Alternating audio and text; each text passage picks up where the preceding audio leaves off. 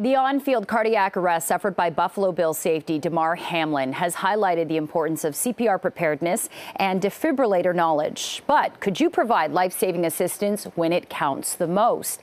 To help us with some tips is Chris Schmied, Director of Learning, Training and Skills Development at St.JohnAmbulance. Chris, welcome to the show. Thanks so much for coming in bright and early to help us refresh our knowledge, or even some of us first-time learners get a handle of how to save someone's life. Well, thank you for having me. Yeah, very important stuff, especially given what's happened to Damar Hamlin. First, though, let's clarify the difference between a heart attack and cardiac arrest. Okay, that's a good question. A heart attack essentially is the heart is still functioning, it's failing, but it's still pumping oxygenated blood. And again, it's failing. A cardiac arrest, the heart has essentially failed, so essentially stopped. So there is a big difference between the two. You do CPR on somebody in cardiac arrest, not during a heart attack. Okay, so during a heart attack, everything is still working, but it's slowly getting to the point where it's going to stop potentially if nothing's done. Whereas cardiac arrest, which is what happened to Damar Hamlin, it's suddenly, because of commotio cordis, it's just stopped completely. Absolutely. And when it stops completely, is the person still breathing? I guess we'll get into the CPR aspect of it. When the heart stops, breathing stops. Okay, period. Wow. And that's one of the ways to know is if the person isn't breathing, you can start CPR.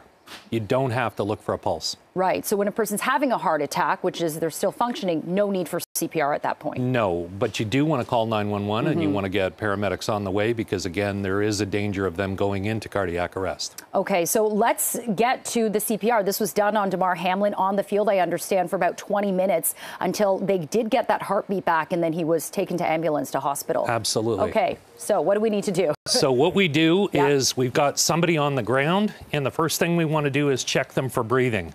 So I tilt the head back, I go down to their level, and I look, listen, and feel. I'm looking for the chest to rise and fall, I'm listening for a breath, or I'm feeling for a breath. Any of those signs, we know they're breathing. If they're breathing, they've got a pulse. Okay. If they're not breathing, we assume they don't have a pulse. They could be choking, but we assume they don't have a pulse, and we start CPR. Okay. So what I'm going to do is I'm going to start with 30 compressions. I draw a line from armpit to armpit and put my hands center of the chest and you lock lock your them. hands, okay, elbows locked. And I want to do 30 compressions. All right. Deep and fast. So 1, 2, 3, 4, 5, 6, 7, 8, 9, 10. 1, 2, 3, 4, 5, 6, 7, 8, 9, 20. 1, 2, 3, 4, 5, 6, 7, 8, 9, 30. Okay. Then I tilt the head, pinch the nose, and I breathe. And I breathe again. So 2 breaths, and then back to 30 compressions. 1, 2, 3, 4, 5, 6, 7, 8, 10. 1, 2, 3, 4, 5, 6, 7, 8, 9, 20. 1, 2, 3, 5, 6, 7, 8, 9, 30. And I continue with the breaths and compressions until a defibrillator comes along or paramedics take over. So you just do that cycle over and over? Yep, until either the AED shows up or paramedics take over. And it's only 2 breaths. It's not continuous, like 1, 2, like you don't just keep doing it. You just essentially just breathe out once. Yeah. Breath should last about a second, and they should be 3 to 5 seconds apart. Wow. Okay, so you have to keep doing this until the defibrillator comes, because the defibrillator, the automatic one, is apparently what really saved Damar Hamlin. Absolutely. What you're doing with CPR is you're essentially oxygenating the blood because the brain needs oxygen to survive, and as little as 4 minutes without oxygen is when as early as brain damage can occur. Wow. And thank goodness Damar Hamlin, you know, they say that his neurological functions will be intact. So let's get to the defibrillator. I've never seen one personally, but is this something like a kit, like a first aid kit that everyone should have in their home, or only paramedics and medical professionals have these? Well, anyone can use one, first of all. This happens to be a training defibrillator, but you see them in recreation centers, sports arenas, libraries, restaurants. You have one in your front lobby. Good for you. Oh, okay. We do here at CP24. So what you're going to do is you're going to pull it out, and the very first thing you want to do is turn it on. And it'll have a button, usually green, to start. Some of them, when you open them up, they will start talking. And all we're going to do is we're going to listen to it and follow its prompts. There are 2 pads. Sticky. Yeah. Okay. and I'm going to peel them off and place them where they show on the body. It's got to be next to bare skin, so you do have to remove or cut clothing. Mm-hmm. And I place the pads on. Yeah, they're labeled with... And then once I plug it in... Analyzing heart rhythm. Wow. Do not touch the patient. Oh, you can't... Okay. Shock advised.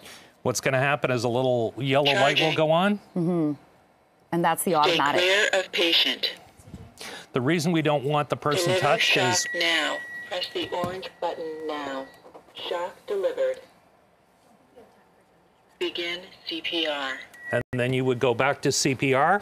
And what will happen is it will time for 2 minutes of CPR and remind me again not to touch them. The reason we don't want to touch them during the analysis is because we don't want the defibrillator to find my pulse, because I have a pulse in my thumb. Ah, that makes sense. And it would find my pulse and possibly suggest that the person doesn't need a shock. Mm-hmm. So we don't want to touch the person during that.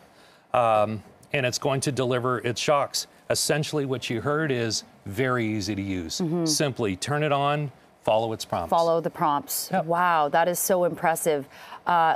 Chris Schmied with the St. John Ambulance, thank you so much for coming here to show us this. This is the device that saved Damar Hamlin's life, and it's good to know that, you know, places like sports arenas or places at work have one of these, and I think this really helped us learn what to do in an emergency situation. And if people want to take first aid training, they can go to www.sja.ca. Okay, very helpful indeed. Chris, thank you so much for this. We appreciate it.